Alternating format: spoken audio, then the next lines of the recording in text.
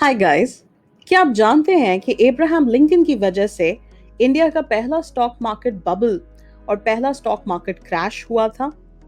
यकीन नहीं आता? चलिए आज इसी कहानी से शुरू करते हैं। बात है 1863 की। पीरियड का कॉन्टेक्स्ट समझना हो तो याद रखिएगा कि 1857 सिपॉय म्यूटनी, या जिसको हम first war of Indian independence भी कहते हैं, उसके बाद 1858 में इंडिया की कमान जो है वो ईस्ट इंडिया कंपनी से निकल करके ब्रिटिश क्राउन के हाथ में चली गई थी। और अभी बॉम्बे स्टॉक एक्सचेंज का जन्म नहीं हुआ है, वो अभी 12 साल और दूर है, और वहां दूर अमेरिका में सिविल वॉर चल रहा है। और एक बात याद रखिएगा, just because Bombay stock exchange यानी बीएससी का जन्म नहीं हुआ है, इसका ये मतलब नहीं है कि शेयर ट्रेडिंग नहीं हो रही है। बॉम्बे के जो रिच गुजराती और पारसी बिजनेसमैन हैं, ये मेडो स्ट्रीट और रैम्पर्ट रोड के कॉर्नर जंक्शन पे मिला करते थे और आपस में शेयर्स ट्रेड किया करते थे।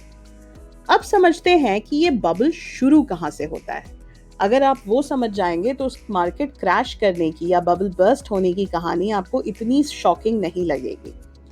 1861 में अमेरिकन सिविल वॉर शुरू हुआ। इंडस्ट्रियल नॉर्थ और एग्रीकल्चरल साउथ दोनों जोरों शोरों से लड़ रहे थे। अब साउथ को कमजोर करने के लिए ये जरूरी था कि उनको फाइनेंशियली कमजोर किया जाए। After all, arms and ammunitions खरीदेंगे कैसे अगर पैसे ही ना हो तो? एब्राहम लिंकन ने 1861 में यूनियन ब्लॉकेड का प्रोक्लेमेशन यानी आदेश दिया, जिसके तहत जो कॉन्फेडरेसी का जो सीपोर्ट्स था उससे ना कोई शिप आ सकता था ना कोई शिप जा सकता था। अब आपको यहाँ पे ये बता दूं कि एग्रीकल्चरल साउथ जो था वहां पे बेसिकली कॉटन प्लांटेशंस हुआ करती थी, जो अपना कॉटन लैंकनशायर यानी ब्रिटेन में वहां पे डिफरेंट फैक्ट्रीज में जाया करता था जहां से कपड़ा बनता था। एब्राहम लिंकन की इस ब्लॉकेड स्ट्रैटेजी की वजह से साउथ अमेरिका से कॉटन जो है वो ब्रिटेन जा नहीं सकता था। जाहिर सी बात है, कॉटन की शॉर्टेज हो गई। उस समय ब्रिटिश गवर्नमेंट को अपनी कॉलोनी इंडिया की याद आई। आफ्टर ऑल, हम भी तो कॉटन प्रोड्यूस करते हैं। इंडिया से कॉटन लैंकनशायर के मिल्स में सप्लाई होने लगा। कॉटन का इतना डिमांड था कि जाहिर सी बात है प्राइसेस को तो ऊपर जाना ही था, और लोगों ने भी वही किया जो इंसानी फितरत है, खूब कॉटन बेचा। यहां तक कि अपना गद्दा फाड़ दिया, तकिया फाड़ दिया, उसका भी कॉटन निकाल के बेच दिया। आपको जान के हैरानी होगी कि यहीं से कॉयर मैट्रेस का इन्वेंशन होता है जो आज भी आप मार्केट में जाके खरीदते हैं। कमिंग बैक, हम खूब सारा कॉटन ब्रिटेन एक्सपोर्ट करने लगे।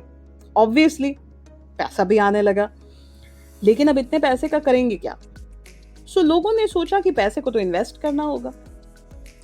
तो जो कंजर्वेटिव लोग थे उन्होंने चांदी यानी सिल्वर होर्ड करना शुरू किया, जिसकी वजह से सिल्वर फैमिन यानी सिल्वर शॉर्टेज हो गई, और उसकी वजह से विक्टोरियन कॉइन्स की शॉर्टेज हो गई जो ऑब्वियसली सिल्वर से बनता था। इनफैक्ट इसी शॉर्टेज की वजह से इवेंचुअली ब्रिटिश सरकार को करेंसी नोट्स लाने पड़े। और एनी विच वेज, जो अग्रेसिव इन्वेस्टर्स थे वो अपना पैसा स्टॉक मार्केट में डालने लगे।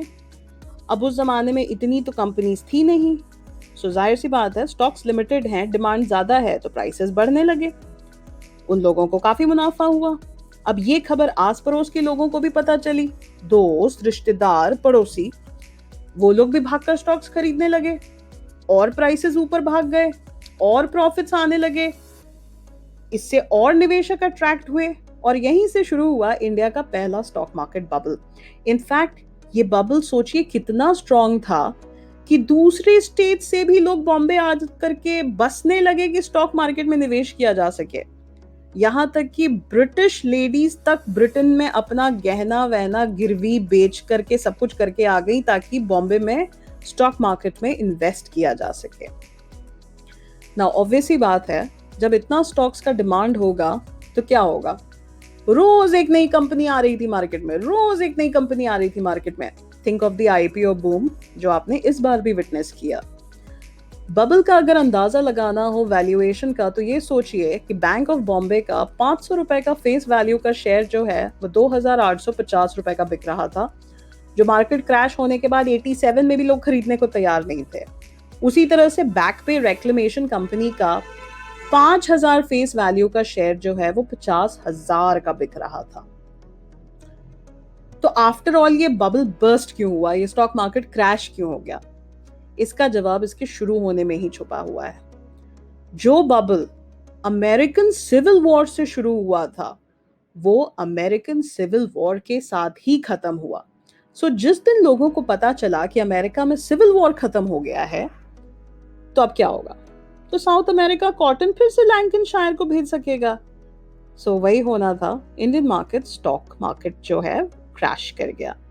कई लोग और कई कंपनीज बैंकरप्ट हो गई, कई लोगों की नौकरियां गई। It is a cyclical process. नौकरियां जाएंगी, लोगों के पास पैसे नहीं होंगे, डिमांड घटता है हर चीज में। क्रैश का अंदाजा लगाना हो अगर इम्प्लीकेशन का, तो ऐसे सोचो कि आज की तारीख में टाटाज, बिरलाज, अंबानीज और अदानी सब एक ही दिन में सारे लोग बैंकरप्ट हो जाएं। बस ऐसा ही हुआ था उस स्टॉक मार्केट क्रैश में। और इसी तरह अमेरिकन सिविल वॉर और एब्राहम लिंकन का एक बहुत ही गहरा रिश्ता है हमारे पहले स्टॉक मार्केट बबल और स्टॉक मार्केट क्रैश के साथ। और आज भी आप यही कहानी फिर से रिपीट होते देख रहे हैं। लोग ऐसे ही थोड़ी कहते, history always repeats itself. And that, ladies and gentleman, is the story of the first stock market crash in India.